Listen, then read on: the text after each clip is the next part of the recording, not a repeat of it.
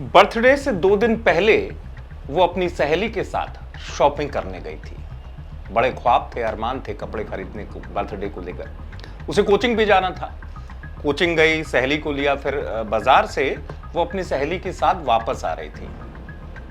लेकिन ऐसा क्या हुआ कि एक सिरफिरे आशिक ने कुछ ऐसा किया कि निशाने पर उसकी सहेली थी, मौत इसके खाते में आ गई। जी हाँ, वो हत्याकांड एमपी का, जिसे मैं सबसे चर्चित हत्याकांड कहूं तो गलत नहीं होगा, जिसमें ग्वालियर में गोलियां चली थी और गूंज दिल्ली तक सुनाई दी थी। मैं बात कर रहा हूं अक्षा हत्याकांड की, जहां पर ग्वालियर में रिश्ते में पूर्व डीजीपी की नातिन लगने वाली अक्षा की गोली मारकर हत्या कर दी गई थी। और हत्या की जब वजह सामने आई तो पता चला कि अक्षा तो टारगेट ही नहीं थी, टारगेट पर उसकी सहेली थी, एक आरोपी सुमित रावत नाम का, जो कि 1 साल से उसकी सहेली को परेशान कर रहा था। और सहेली की मां ने शिकायत दर्ज कर दी थी पुलिस में। इसी बात से वो इतना ज्यादा गुस्से में आ गया था कि उसने अक्षा की सहेली को मारने की सोच ली थी। लेकिन देखिए ना, कैसा अजब इत्तेफाक था कि अक्षय ने अपनी सहेली को लिया, उसी सहेली को जिससे वो लड़का एक तरफा आशिकी करता था, सिरफिरा था। स्कूटी से आ रहे थे और उसने पीछा करने के बाद स्कूटी के सामने बाइक लगा दी थी।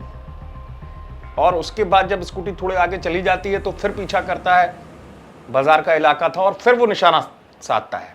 गोली जो है उसकी सहेली को तो नहीं लगती, अक्षय को लग जाती है और अक्षय की, यानी बेकसूर अक्षय की मौत हो जाती है।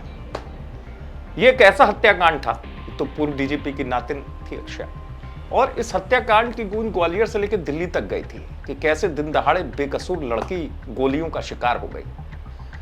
पुलिस ने बाद में हालांकि आरोपियों को गिरफ्तार किया। पहले शुरुआत में मुख्य आरोपी के साथ 4 आरोपी बनाए थे। उनका घर भी आपको बता दूं कि अवैध जगह पे बना था। तो ऐसा गुस्सा था ग्वालियर के लोगों में इस घटना को लेकर, पूरे मध्य प्रदेश तक गुस्सा था। और इस पूरे हत्याकांड के बाद जो आरोपी था उसके घर पे बुलडोजर भी चलाया गया था। खैर, अक्षय को इंसाफ मिल पाता उससे पहले कहानी में एक और ट्विस्ट आ गया। जेल में बंद आरोपी ने एक और साजिश रची। इस केस में जो उसकी सहेली है, सहेली गवाह है, और उसकी मां को टारगेट करते हुए फिर गोलियां चली ग्वालियर में, ताकि वो गवाही ना दे पाए, क्योंकि गवाह जो है वही सहेली है। ऐसा करते हुए फिर पुलिस के सामने एक नई चुनौती आ गई, पुलिस बता रही है।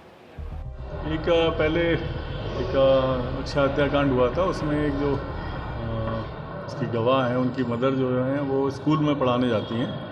तो आज उनका बताना था कि सुबह 9 बजे के आसपास जब वो अपने स्कूल की तरफ जा रही थी स्कूटी से, तो मोटरसाइकिल पर 2 लोगों ने रोका, उनको धमकाया कि वो अपने बयान बदल दें और राजीनामा कर लें, और फिर फायर किए थे। महिला को चोट नहीं आई है। और जैसे ही फिर महिला के साथ घटना हुई तो उनके घर में गार्ड लगा है, तो उन्होंने गार्ड को फ़ोन किया, गार्ड वहाँ पहुँचा है। लेकिन गंभीरता से हमने लेके से प्रकरण में 307 का प्रकरण पंजीबद्ध किया है और इनकी तलाश कर रहे हैं। अभी फ़िलहाल उनका वो जब पहचानती नहीं है कि एक का चेहरा बंधा हुआ था, और हम लोग उसको तलाश करवा रहे हैं। तो पुलिस बता रही है कि पुलिस के लिए भी एक चिंता की बात है, क्योंकि अक्षय केस में अभी तक इंसाफ हुआ नहीं है। और इस तरीके से गुनहगारों ने फिर से, आप सोचिए कितना बड़ा हत्याकांड, मैं कह रहा हूं चर्चित हत्याकांड, गुनहगारों ने फिर अपने बेखौफी को दिखाया। ग्वालियर में जो गवाह की मां है उसको निशाना बनाने की कोशिश की। यानी कि जेल में बंद आरोपी अभी भी साजिश रच रहे हैं। इस पूरे हत्याकांड में अभी भी जो है उनके निशाने पर वही सहेली है, उसकी मां है। फिलहाल पुलिस जो है उसने सुरक्षा की बात कही है। आप देखते रहें एमपी तक।